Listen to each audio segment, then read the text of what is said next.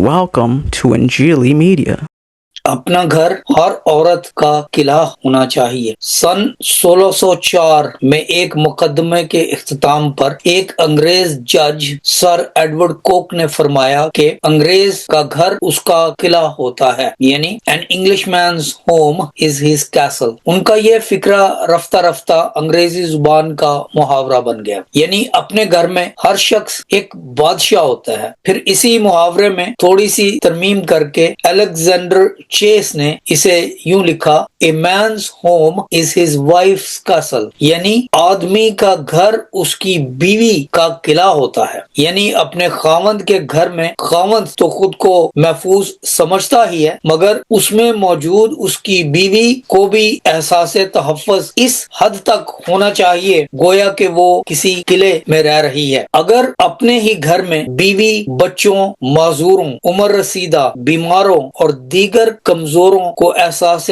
تحفظ میسر نہ ہو تو وہ گھر کچھ بھی ہو سکتا ہے مگر گھر کہلوانے کے لائق نہیں۔ کسی بھی معاشرے کی سب سے بنیادی اکائی گھر ہی ہوتا ہے، جہاں پر گھر کے افراد کو احساس تحفظ کے ساتھ ساتھ محبت، اپنائیت اور قبولیت ملنی چاہیے۔ اگر بچوں اور بیوی کو یا گھر کے کسی کمزور فرد کو اس کے اپنے ہی گھر میں تشدد، رد کیے جانے اور مسلسل نکتہ چینی کا سامنا کرنا پڑے تو وہ گھر نہیں عقوبت خانہ بن جاتا ہے۔ افسوس کی بات تو یہ ہے کہ ہمارے وطن میں بہت سے گھر خواتین اور بچوں اور خصوصاً بیویوں اور بچوں کے لیے اسی طرح کے تشدد کی وجہ سے عقوبت خانے بن چکے ہیں۔ گھریلو تشدد یعنی ڈومیسٹک وائلنس پاکستانی معاشرے کا ایک بہت بڑا ناسور ہے۔ روایتی مشرقی قدروں کے پس پردہ یہاں پر خواتین پر نہ جانے کیسے کیسے تشدد اور ظلم و زیادتیاں کی جاتی ہیں۔ ایک سروے کے مطابق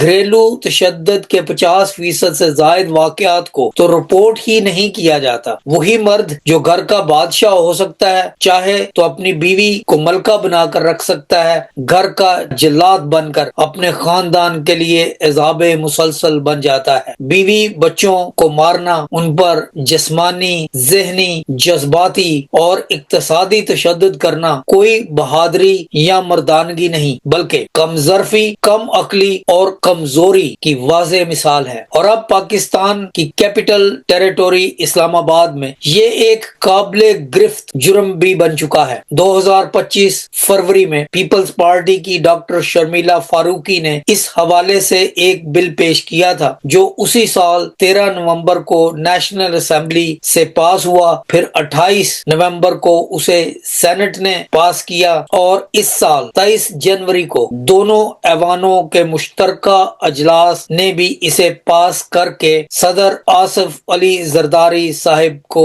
بھیج دیا، جنہوں نے 26 جنوری 2026 کو اسے بطور قانون نافذ کرنے پر دستخط کر دیے۔ فی الحال تو اس قانون کا اطلاق و نفاذ فوری طور پر کیپٹل ٹیریٹوری اسلام آباد تک ہی ہے، مگر یہ ایک نہایت ہی خوش آئند اور مثبت اقدام ہے، کیونکہ بہت سی خواتین اور بچیاں جو اپنے ہی گھروں میں محصور خاموشی سے ہر طرح کا ظلم و تشدد برداشت کرتی آ رہی تھیں، اب وہ قانون سے مدد حاصل کر سکیں گی۔ سرویز اور تخمینوں کے مطابق پاکستان میں مجموعی طور پر 16 سے 76% خواتین جسمانی اور کوئی 12 سے 78% خواتین جبر و زیادتی اور مکروہ رویوں کا نشانہ بنتی ہیں، جن میں سے اکثر ان کا ذکر تک نہیں کرتی۔ ہمارے ہاں کچھ غیر متعین حدود کے مطابق خواتین کے ساتھ زیادتی ہونا نہ جانے کیسے خاندان کی عزت کو مجروح اور مسخ کر دیتا ہے۔ عزت تو اس درندے کی مجروح اور مسخ ہونی چاہیے جو اس طرح کی غیر اخلاقی حرکات کرتا ہے، مگر چونکہ وہ مرد ہوتا ہے اس لیے وہ مرد ہونے کی وجہ سے ہی بچ نکلتا ہے۔ ہمارا معاشرہ گھر سے لے کر قوم و ملک کے اعلیٰ ترین ایوانوں تک مردوں کے تابع ہے۔ خوشی اور امید کی کرن یہ ہے کہ اب پاکستان کی بیٹیاں ان مسائل پر سے پردہ اٹھانے کے لیے خود میدان میں اتر آئی ہیں۔ شہید بے نظیر بھٹو سے لے کر سینیٹر شہری رحمان، محترمہ ڈاکٹر شرمیلا فاروقی، وزیر اعلیٰ مریم نواز اور دیگر بہت سی خواتین جن میں آسماں جہانگیر کا نام ہمیشہ سر فہرست رہے گا، سب اس میدان میں بہت اہم اور نمایاں کام کر چکی ہیں اور کر رہی ہیں۔ 2023 کی مردم شماری کے مطابق پاکستان میں کوئی 3.5 سے 4 کروڑ گھر ہیں،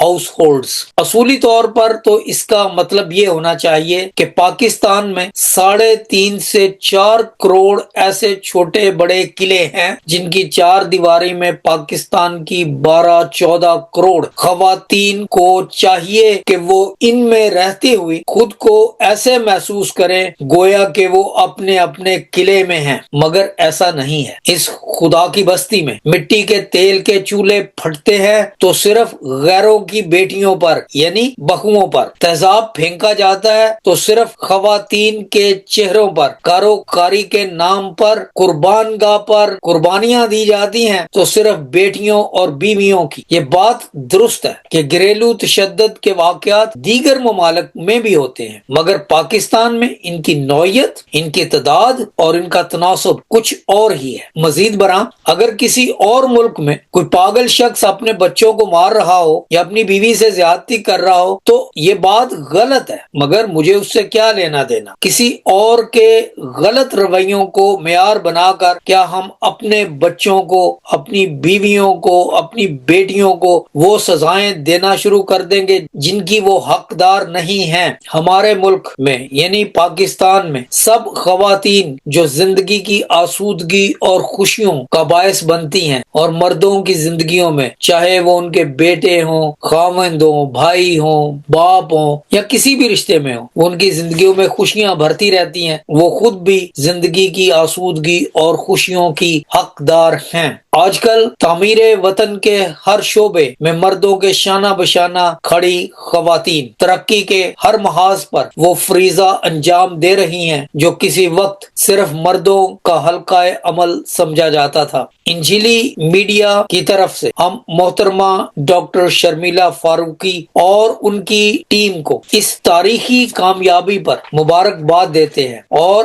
ہمیں امید ہے کہ ہمارے قانون ساز ذہن اور ہمارے سیاستدان ان چیزوں پر مزید توجہ دیں گے اور یہ قانون نہ صرف اسلام آباد کیپٹل ٹیریٹوری میں بلکہ پورے ملک میں وقت کے ساتھ ساتھ نافذ کر دیا جائے گا۔ Thanks for watching.